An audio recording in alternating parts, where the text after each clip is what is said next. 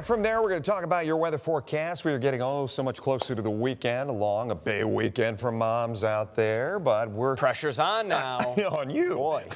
But let's kind of talk about tomorrow morning, because we've had some mornings where we've talked frost possible in that. We'll avoid the frost, but it's going to be close to 40 degrees, and I'm expecting we are going to be dry because we have some clearing that's going to take place. In fact, it's just going to be beginning after midnight across parts of the area. We can look over downtown Toledo right now. A few stars off in the distance. There are a couple showers still to get through well west of Toledo, and those showers will come through the area. It should wrap up shortly after midnight. We are dipping back into the upper 40s. We've been able to shake that gusty breeze that we had through the course of the day today, and finally looking toward drier conditions. Been monitoring a few storm systems, one across the Front Range of the Rockies. Believe it or not, this brought over 2 feet of snow just over the past couple of days in parts of the Rocky Mountains here in early May. Nothing like that for us, though, fortunately. All falling in the form of rain now into Henry County, down into Putnam County, back over toward southern Defiance County and into Paulding County. It's where some of the steadiest rain is as we drop back into the 40s,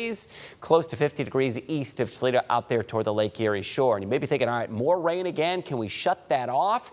It has been a very wet spring. 12.5 inches of rainfall since the first day of March. That is now still on a pace, which puts us, at least to date, as the wettest spring on record in Toledo's history. But there are a few years that are quickly closing that gap, and some of these years may leapfrog this year as we look toward what is going to be a warmer outlook into our 10-day forecast. We'll get a few spotty showers Friday. I think those are going to end up being south of Toledo. A shower or two on Saturday afternoon and evening, but many dry hours Saturday. And Mother's Day does appear to be trending dry. May want to get that mow in before Sunday so you can celebrate Mom all day Sunday. We have a pattern flip that's going to be taking place. High pressure shifting to the east, warmer flow out of the Gulf. And I think this happens mid-month. We turn toward a considerably warmer weather that may be out there. Going to be lining up great for the biggest week in American birding, which kicks off tomorrow, 62 degrees. And I'll take a moment to welcome thousands of visitors that are making their way here